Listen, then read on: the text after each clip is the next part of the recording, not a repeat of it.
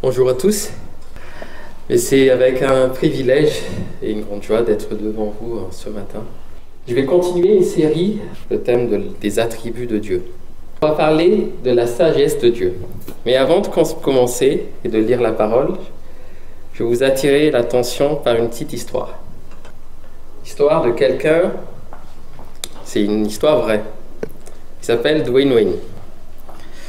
Et lors d'une discussion avec l'une de ses amies, les amis lui disent « Ça sert à quoi de prier? Parce que pourquoi Dieu n'exauce pas mes prières ?»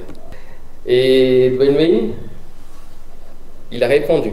Il a dit « Écoute-moi, quand j'avais 10 ans, j'ai demandé au Seigneur pour Noël un ballon de basketball.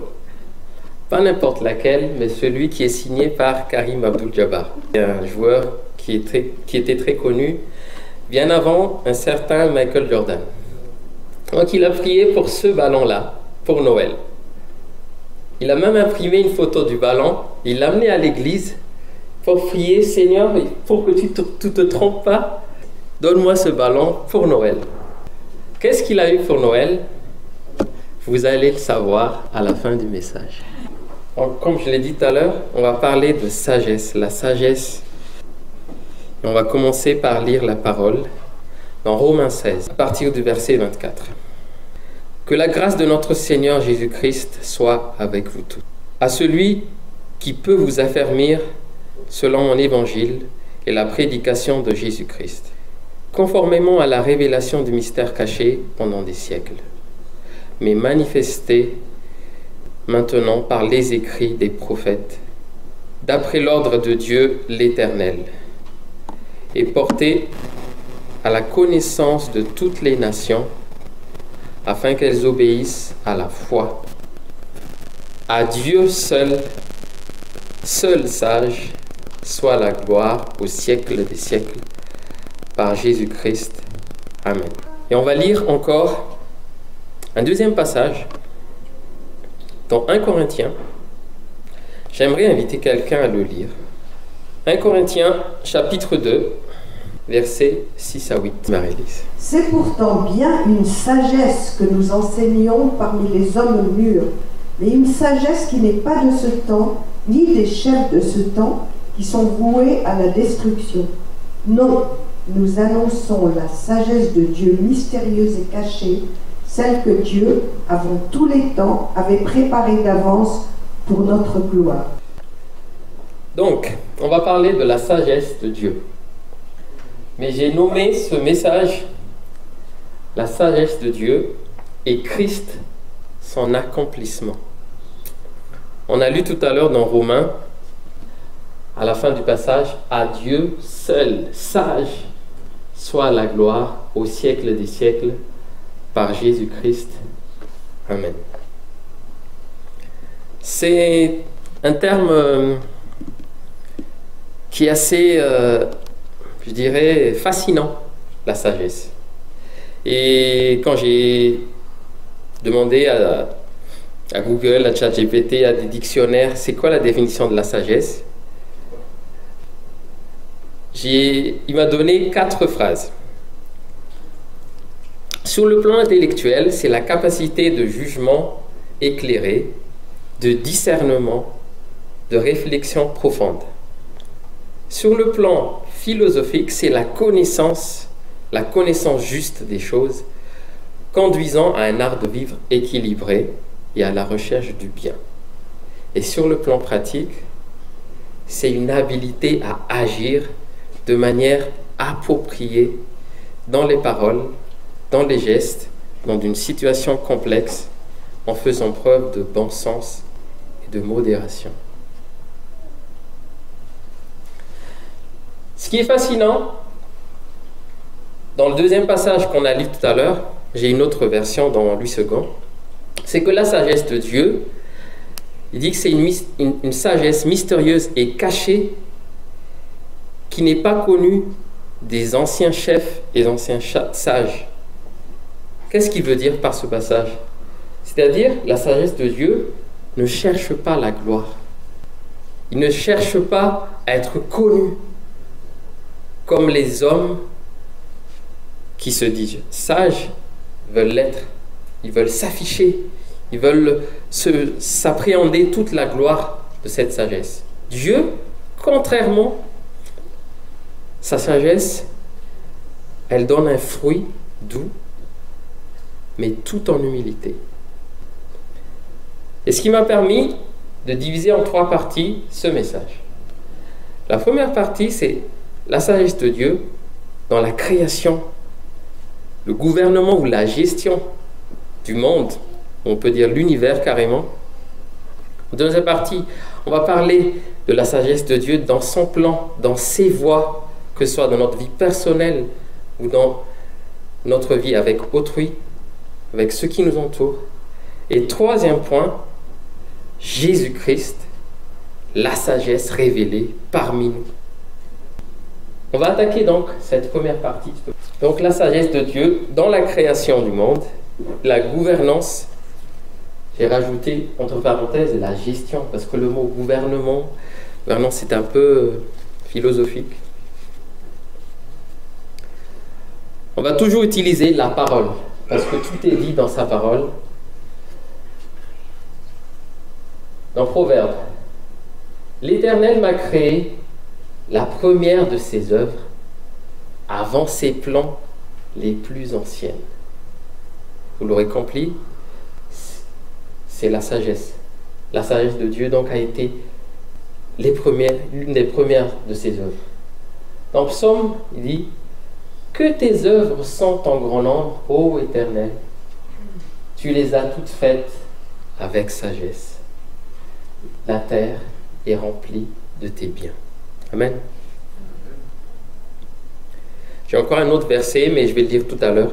Mais là où je veux vous attirer l'attention, quand Proverbe dit l'Éternel a créé la sagesse avant toute sa création, c'est que ça exprime cette grandeur de la sagesse du Seigneur bien avant que l'univers a été créé. Et ensuite, Psaume nous rappelle qu'il a utilisé cette sagesse pour créer cet univers-là, là où nous sommes actuellement. Et ce qui est fascinant, c'est qu'il y a une harmonie dans cette nature qui est incommensurable. Chaque élément fonctionne précisément comme la rotation de la Terre, le cycle de l'eau, le fonctionnement de notre corps humain. Tout cela témoigne de l'intelligence parfaite de notre Seigneur. Tout comme quelqu'un, moi j'aime beaucoup la mécanique, tout comme un ingénieur qui va créer un moteur, lorsqu'il crée le moteur, il connaît toutes les pièces à l'intérieur. Et si le moteur ne démarre pas, il connaîtra exactement quel point, à partir du bruit, à partir du comment, dès qu'il regarde le moteur, il va savoir le problème du moteur parce que c'est lui qui l'a conçu. D'une telle manière, mais 1000 fois plus, 1 milliard de fois plus, le Seigneur sait comment fonctionne chacun de notre être, l'univers tout entier. Et c'est ce qui exprime cette grande sagesse.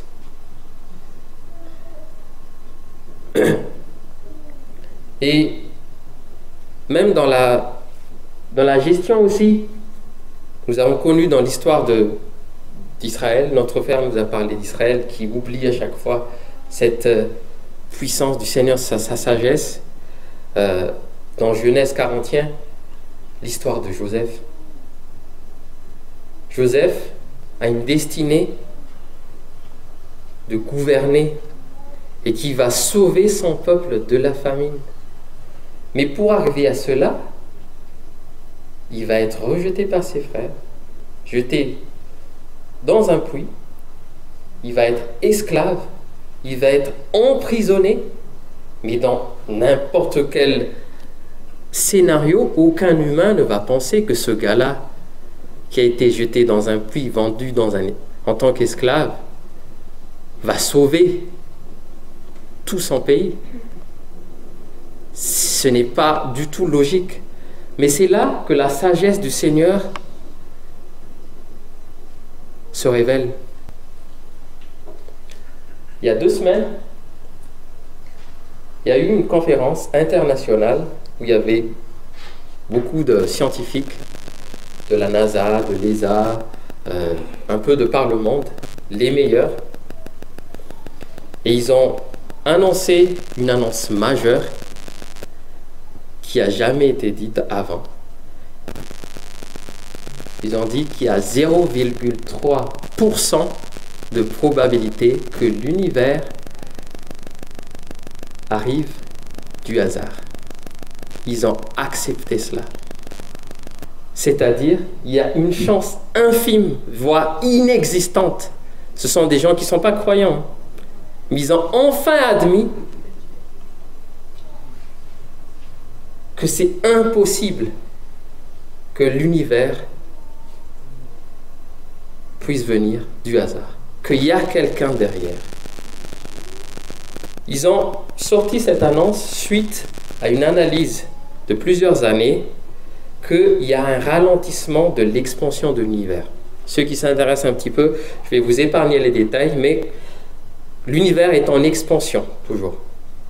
Mais là, ils ont calculé que l'univers a ralenti dans son expansion. Et ce ralentissement est dû à une force qu'ils n'arrivent pas encore à comprendre. Mais les scientifiques qui sont croyants ont déjà déclaré que c'est tout simplement le Seigneur qui est derrière tout ça. Il y a plusieurs chiffres mathématiques et tout ça. Je ne veux pas vous inonder de chiffres ni quoi que ce soit, mais je vais vous dire une chose. Par exemple, la vitesse de la lumière ou la gravité. C'est ce qui maintient toutes les planètes pour qu'ils ne s'écroulent pas. Il y a ce qu'on appelle des constantes. Et il y a un chrétien qui a bien expliqué les choses. C'est quoi pour expliquer la constante? Il a dit, prenons quelqu'un qui gagne à l'euro million. Ok? Il gagne une fois, c'est très bien. On va dire qu'il a de la chance. Il gagne 2 fois, de suite. On commence à se poser des questions. Il gagne 3 fois, ben là la police va venir chez lui. Et les enquêtes, surtout 3 fois de suite. Mais il faudrait qu'il gagne 100 000 fois sans jamais perdre, on continue, pour qu'il ait une chance infime que le hasard existe dans la création de l'univers. J'espère que j'étais pas été trop difficile. Donc, ce qui est vraiment magnifique dans tout ça, c'est que c'est une grande preuve de cette sagesse de notre Seigneur. Comment il a créé notre univers, comment il a créé notre corps. Je vais parler plus tard de comment nous, on devrait se comporter par rapport à cela. Mais pour cette première partie, je voulais juste nous rappeler de cette grandeur. De cette grandeur de Dieu seul, sage. Avec cette sagesse mystérieuse et cachée. Nous allons passer déjà à la deuxième partie. La deuxième partie, c'est cette sagesse de Dieu dans son plan. J'inviterai quelqu'un à lire encore. Maintenant, c'est affiché, donc comme ça, vous participez. Car mes pensées ne sont pas vos pensées, et vos voix ne sont pas mes voix, dit l'Éternel.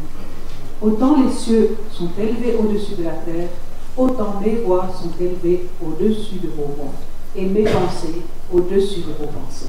Amen. Merci, Evelyne. Car mes pensées ne sont pas vos pensées. Notre frère a parlé d'Israël tout à l'heure. Et j'aime beaucoup cette illustration d'Israël, parce que moi j'ai découvert un peu plus tard, je pense à la fin de mon adolescence, que Israël pouvait arriver à la terre promise en 2 semaines. après la sortie d'Égypte. Juste 2 semaines, ils pouvaient y arriver. Mais le Seigneur a permis qu'ils passent 40 ans dans le désert avant d'arriver à la terre promise. Pourquoi? Et pour notre sagesse humaine, on se dit aussi, lorsqu'on a un objectif, on a quelque chose à demander au Seigneur, mais pourquoi Seigneur, je dois passer par toutes ces étapes? Il est là l'objectif, je le vois là. Et le peuple d'Israël a été quelque part aussi comme ça. C'est pour ça qu'ils étaient à chaque fois aussi dans cette frustration et cette attitude de rébellion à chaque fois. Ils se disaient, mais pourquoi le Seigneur il nous laisse crever dans ce désert? On aurait pu manger le pain et les oignons en Égypte. Il y avait des tombeaux là-bas. Mais le Seigneur, par sa sagesse,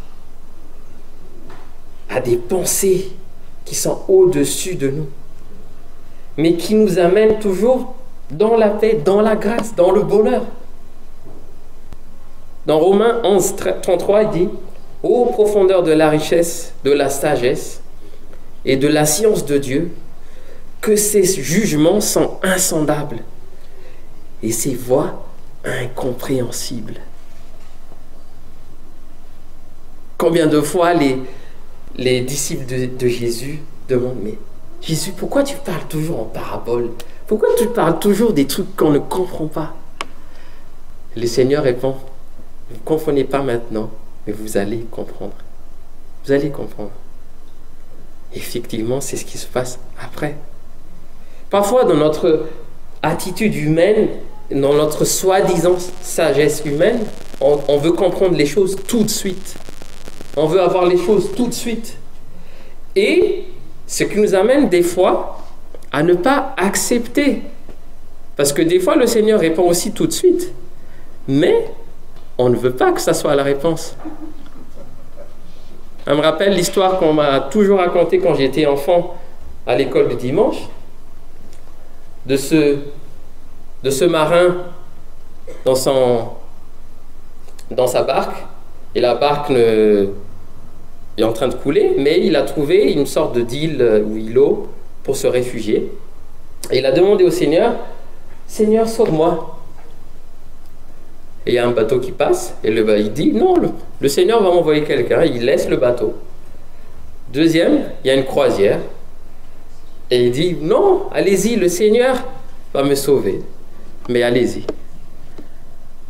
Et je crois qu'il y a une troisième fois, ou un truc comme ça, et il meurt. Et dès qu'il meurt, il arrive aux cieux, il demande au Seigneur, pourquoi tu ne m'as pas sauvé? Ça a l'air un peu bête. Vous connaissez la fin de l'histoire. Mais c'est ce qu'on fait tous les jours. On demande au Seigneur, déjà on est impatient, mais des fois il y a des réponses que le Seigneur nous donne, mais on n'en veut pas.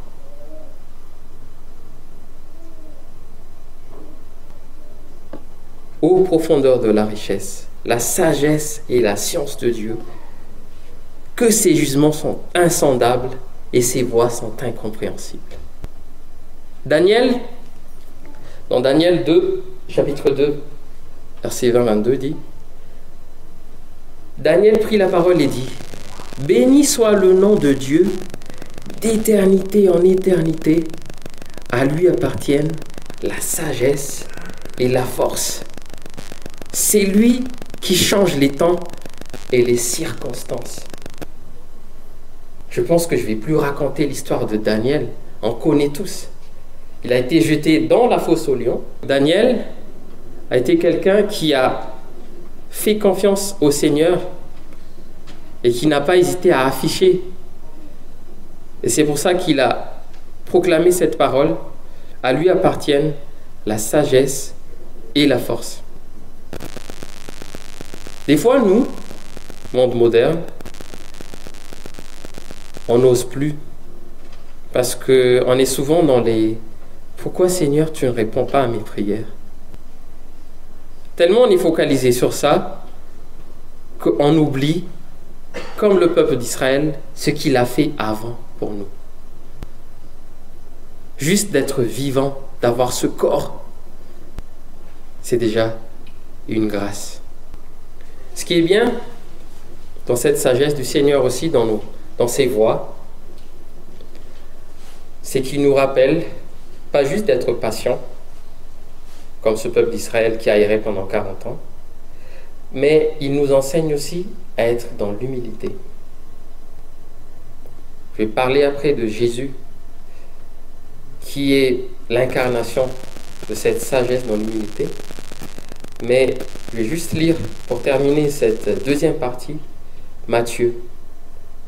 Matthieu, chapitre 20, verset 16, qui dit « Contrairement à la sagesse du monde, qui prône la puissance et l'ambition, Dieu élève ceux qui s'humilient. » Dieu élève ceux qui s'humilient. Et ce qui est bien avec cette sagesse de Dieu, parce que Dieu est la vérité, Dieu est le chemin, Dieu est la vie, il n'y a pas de diverses formes, ni diverses points de vue. Il n'y a qu'une seule vérité, il n'y a qu'un seul chemin, c'est Jésus-Christ.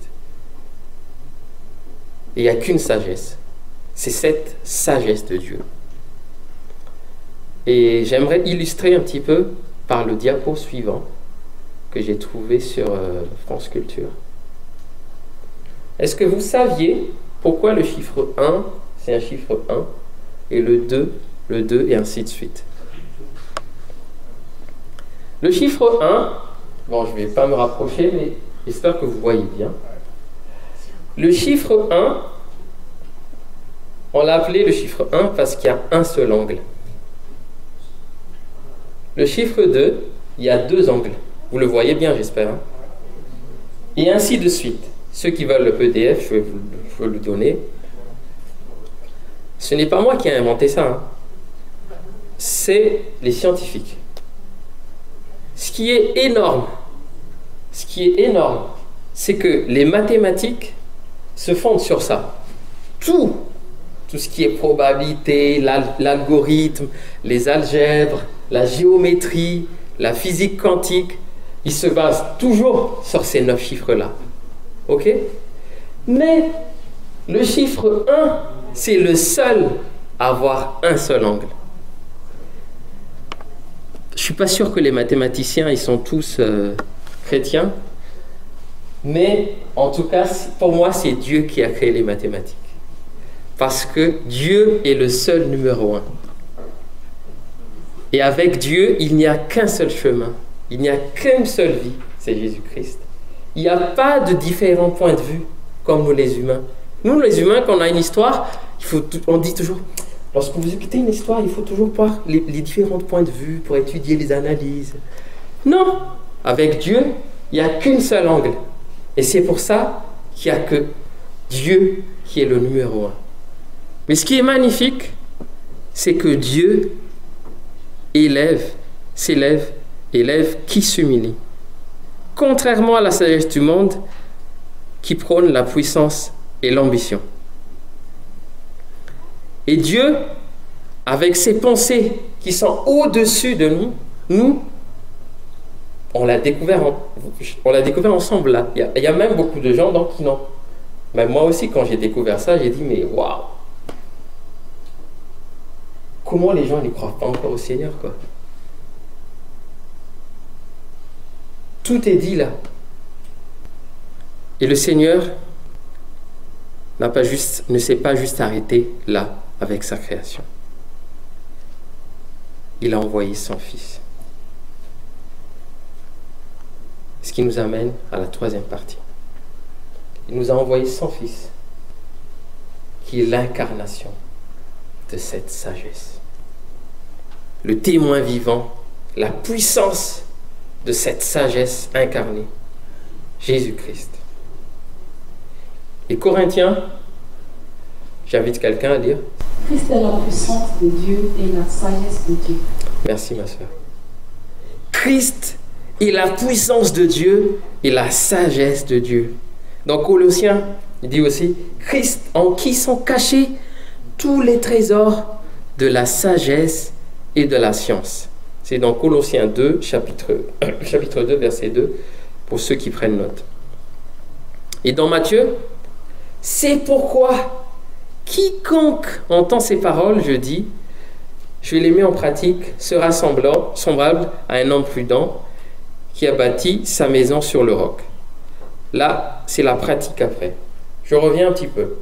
Christ est la puissance de Dieu et la sagesse de Dieu.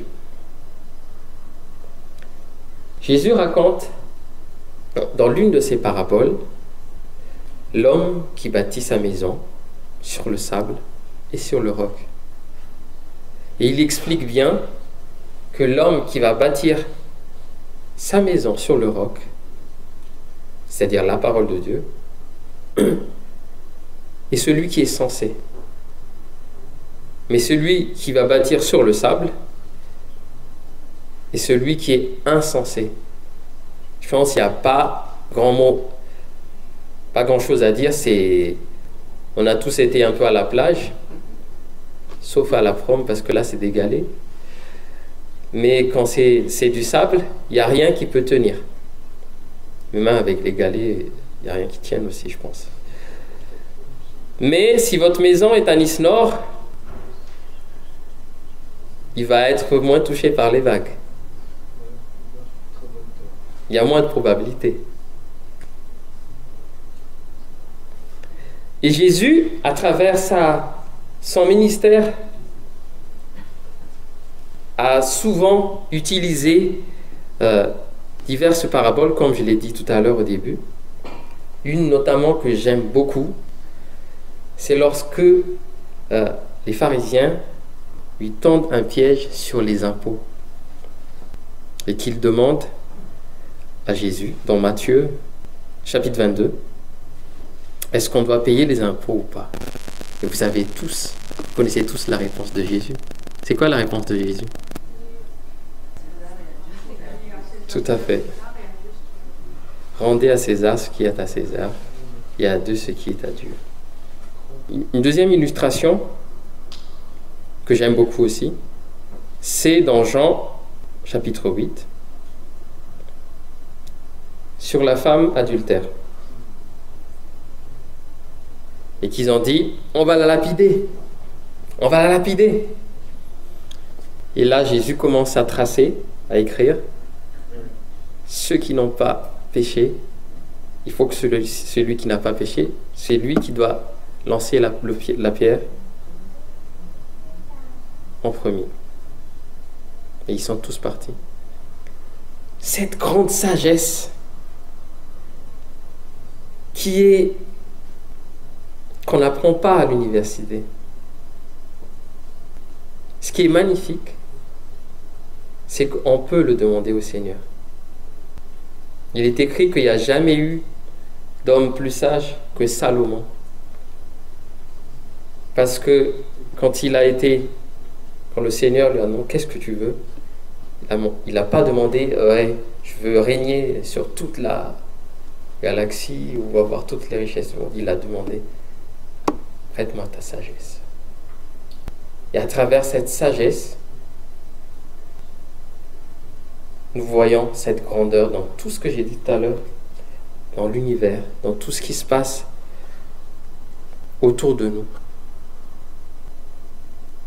Une dernière illustration que j'aime beaucoup, c'est cette illustration qui nous amène à ce que j'ai dit tout à l'heure, dans la partie 2, de cette sagesse qui élève ceux qui s'humilient.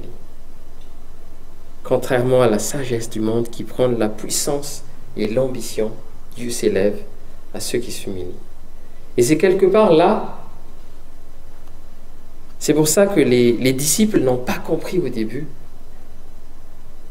Ils ont cru que Jésus était venu pour déclarer la guerre aux Romains, pour reprendre le pouvoir, parce qu'à cette époque-là, le peuple d'Israël a été soumis à cet empire romain. Et ils ont cru que le Messie qu'ils attendaient, c'est quelqu'un avec une grande puissance, avec des armées, qu'ils allaient bâtir des armées pour vaincre cette armée romaine. Mais non, Qu'est-ce qu'il a fait, le Seigneur? Il a lavé les pieds de ses disciples. Dans Jean 13, chapitre 12, verset 12, 17.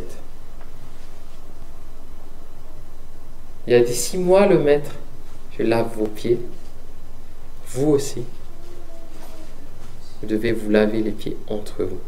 Quel acte d'humilité! Je pense qu'il n'y a pas plus grande humilité que ça. De se laver les pieds.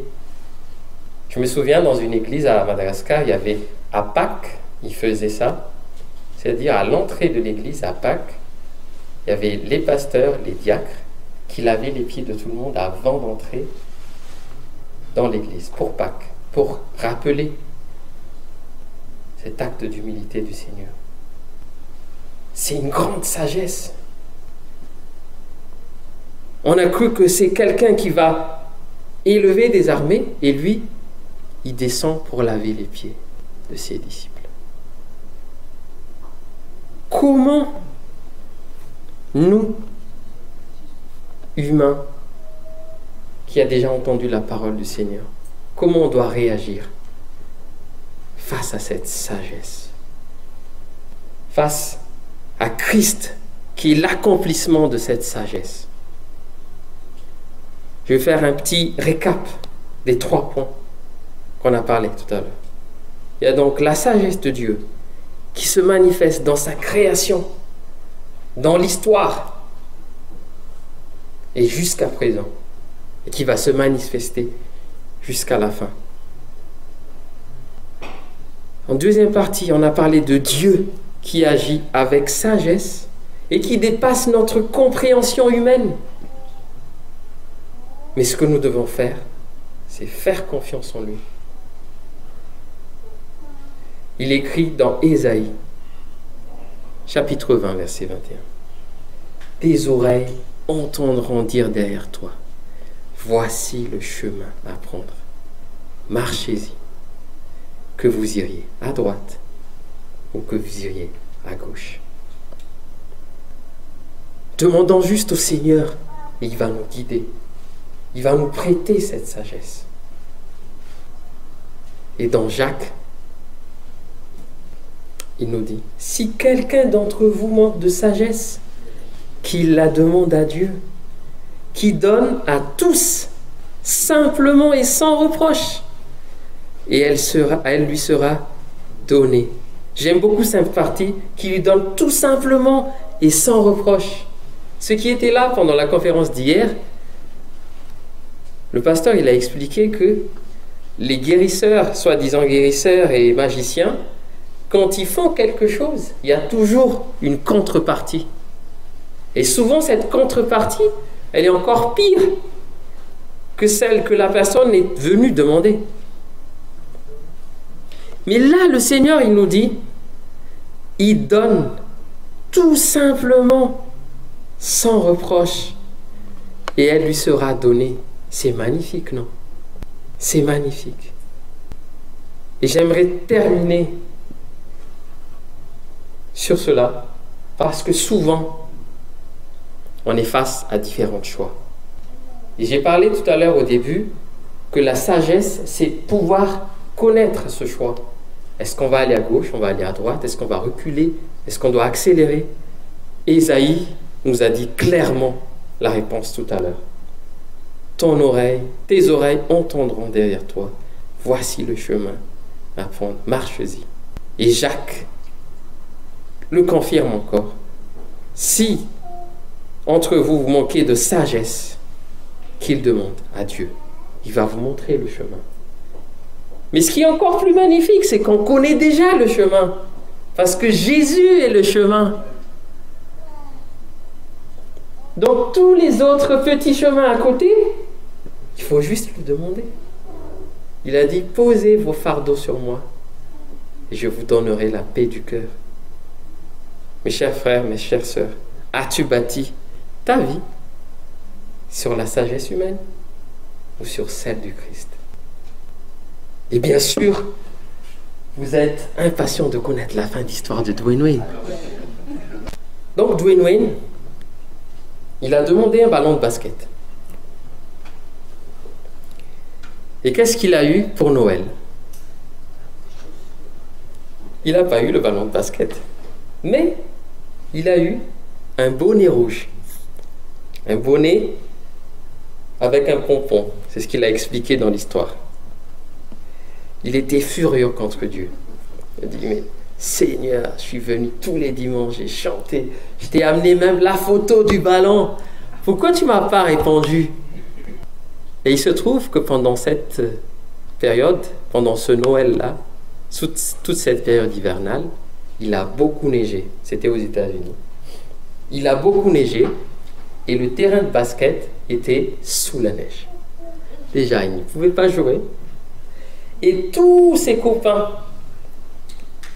qui jouaient avec lui pendant cette période-là étaient tombés gravement malades. Mais lui, il n'était pas tombé malade. Pourquoi? Parce qu'il avait le bonnet. Et qu'est-ce qu'il a dit à son ami ce jour-là? Il dit, parfois Dieu nous donne ce que l'on souhaite. Mais parfois Dieu nous donne ce dont on a besoin. Mais ce qui est fou, c'est qu'on refuse de l'admettre des fois. On refuse de l'admettre. Il est juste devant nous, mais nous, on n'en veut pas. On veut autre chose. J'aimerais vraiment, en ce matin, qu'on revienne à cette sagesse du Seigneur, qui n'est jamais dans le faux, qui n'échoue jamais. Et peu importe la réponse, c'est toujours pour ta paix, pour ton bonheur. Amen. Amen. Soyez bénis.